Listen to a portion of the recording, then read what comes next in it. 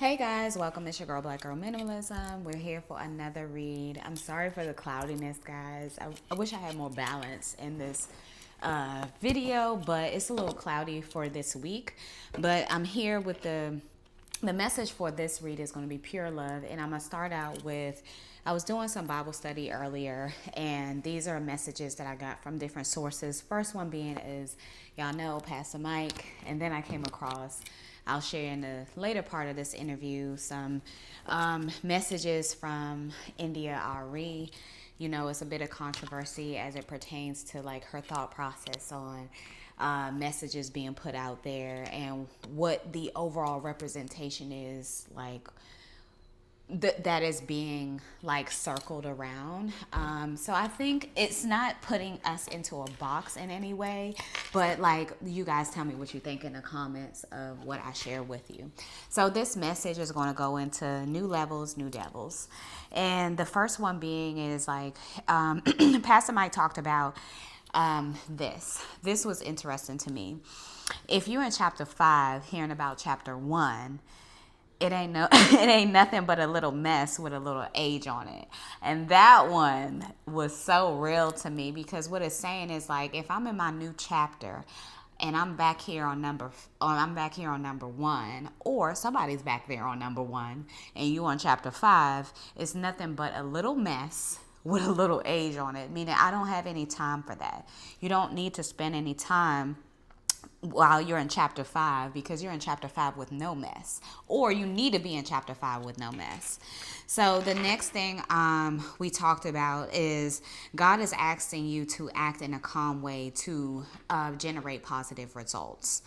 And I found this to be fascinating because sometimes, you know, you'll be pushed to a place, or people might try to push you to a place that will ask you to step outside your character. But the thing about it is for you to learn self-control, and for you to learn that there is no necessity in you stooping to somebody's level in order to meet their expectations, or to meet their expectations of what they think you are. And so this takes us into the next message of what I was listening to with India Ari. Babe, turn it a little bit this way, the other way, with India Ari, and she talked about the representation of what coercion means. Coercion is when somebody puts you in a position of whether you're going to destroy everything, destroy yourself, or do what they're telling you to do. So I had to really think about this. It's like the first one's not the option. The second one is not the option. The third one definitely not the option, because I'm not doing anything somebody's telling me what to do unless your name is Jesus Christ. And so the next fallen choice is for you to do what you feel in your spirit needs to be done, and that's going against the grain. And so this is where you go into a placement of self-definition. I'm not your expectations. And so when we think back to it, I'm not your hair, I'm not your skin, I'm not your expectations. This is not meeting the standards, the normality of what people expect you to be. And so this, I'm going to take it back to Pastor Mike. He talked about Abraham's wife. And you know, Abraham and Abram comes up in our biblical tarot deck. And so Abram was before he turned to Abraham. And that being said, this is God asking you to move where God is. And so that's really the answer. And then he talked about the representation. I was listening to another pastor. It's a young preacher that he changed his life around. I can't get his name right now, but he talked about the representation of what the cow means. Bara.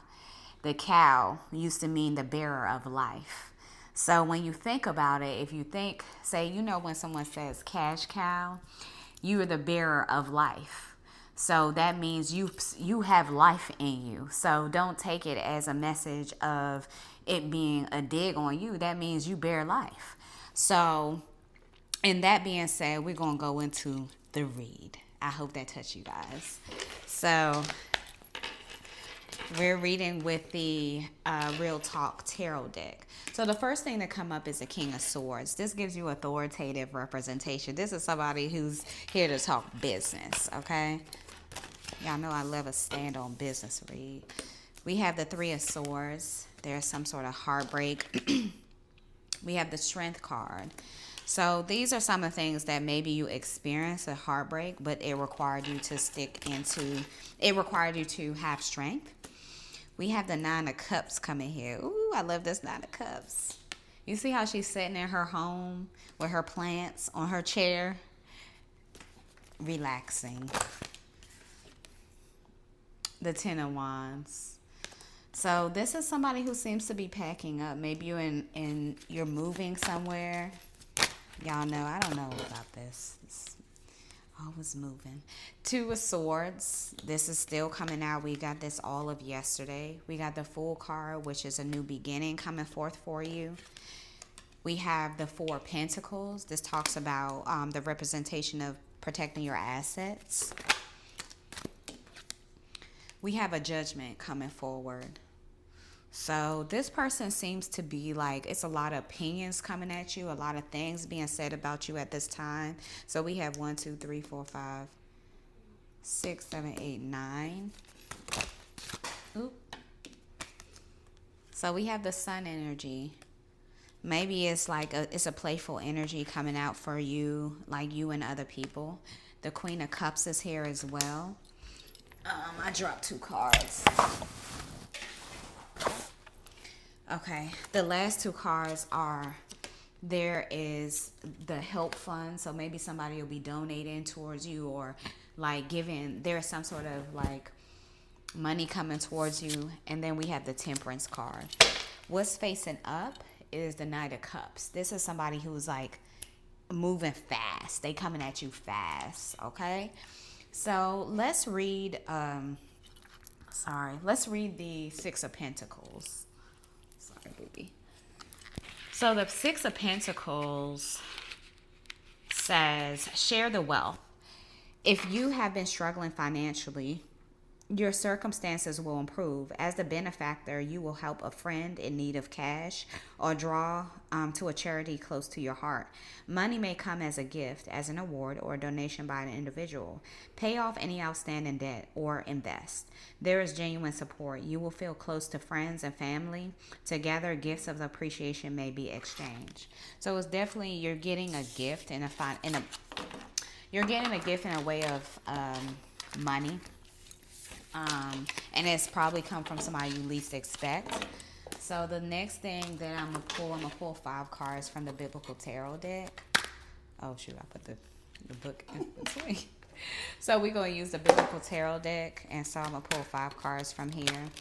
First card that comes up is the Moon card. There's elusive energy around you, something to do with your dreams. So be careful. You have the World card, a New Jerusalem.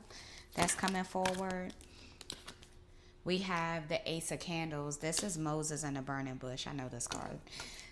When the Lord saw that he had gone over to look, God called to him from within the bush, Moses, Moses. And he said, here I am, Exodus 3:4. So it's something, a message coming to you in a way of an inanimate object. So we have the Three of Chalices. This is some sort of celebration, the wedding at Cana. So we pulled this like maybe a month ago, where we were pulling this consecutively. There's a wedding that maybe you're attending, or some sort of celebration. And the master of the banquet tested the water that he had turned into wine. This is John 2:9. And the last card that we're going to pull is here, the Eight of Candles. So Philip in Ethiopian, this is when he pulls him from the land.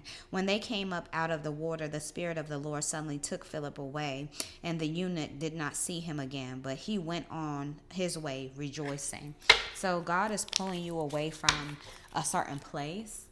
King of Feathers, facing up, the judgment of Solomon.